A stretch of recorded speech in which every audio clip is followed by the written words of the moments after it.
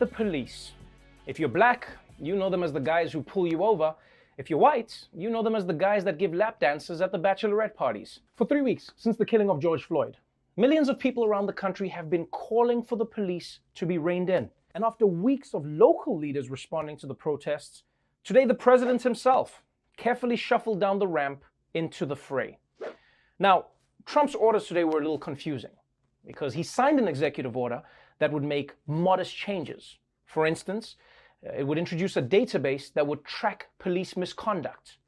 But then there's also a new thing that would encourage police departments not to use chokeholds, saying that the chokeholds should not be used unless an officer felt like his life was in danger, which means the thing can be used, but it can't be used, but it can be used.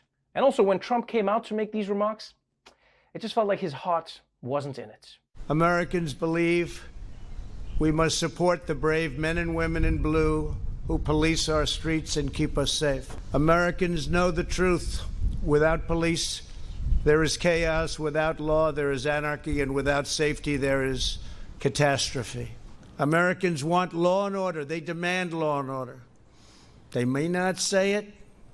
They may not be talking about it, but that's what they want. Some of them don't even know that's what they want, but that's what they want. We will have reform without undermining our many great and extremely talented law enforcement officers. President Obama and Vice President Biden never even tried to fix this during their 8-year period. You know, Donald Trump is always constantly downplaying the number of bad cops. But I mean, if bad cops was a minor problem, you wouldn't have huge protests in every city. You'd just be able to point at the bad cop and be like, hey, Gary, cut that shit out. So Trump signed an executive order that's supposed to cut down on police violence. But he spent the whole time praising the police. Yeah, the only paper Trump has signed with less enthusiasm were his first 2 marriage certificates. And Trump's executive order clearly doesn't have much teeth, but some places are taking steps that really could make a difference. New York has just disbanded a 600-member undercover unit with a long history of abuse. And San Francisco and Albuquerque are now saying that soon, when some residents call 911, they won't get the police at all. Instead, calls for situations involving drug overdoses, the homeless, and people in mental distress will be answered by an unarmed professional who is trained in those fields. And I mean, I think we can all agree that this is long overdue in America. Police in America do too much. So if you can avoid bringing armed police to these situations in the first place, that should be the goal. Because wherever a gun is present, it means that there's a chance the gun is going to go off.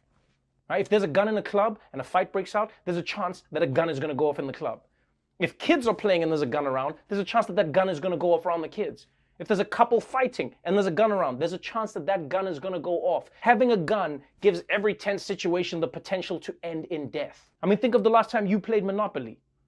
Now imagine that there was a gun there. Yeah, it was going to turn into a Tarantino movie. That's what would happen. And I know this seems like a radical idea to some people, you know? Some of you are like, what do you mean you're not going to send the cops? What do you mean? But if you think about it, it's the same thing we did with Ghostbusters over 30 years ago. Yeah, think about it. They used to send cops out when the ghost showed up. And then at some point they realized the cops were not the right people to deal with the ghost issue. So they created the Ghostbusters. They didn't have guns. They had ghost vacuum cleaners. It worked way better, and it was also funnier. In fact, maybe more people would get on board with this idea if we just made up a cool name for the social workers that we send out. You know, who are you gonna call? Systemic Societal Issue Busters! Well, that's our show for tonight, but before we go, I just wanted to remind you that The Daily Show and Comedy Central have been donating to 3 groups who are fighting against police brutality and systemic racism. The NAACP Legal Defense Fund, the Equal Justice Initiative, and the Bail Project. Now, if you want to join in and you have the means, then please go to the following link and donate whatever you can.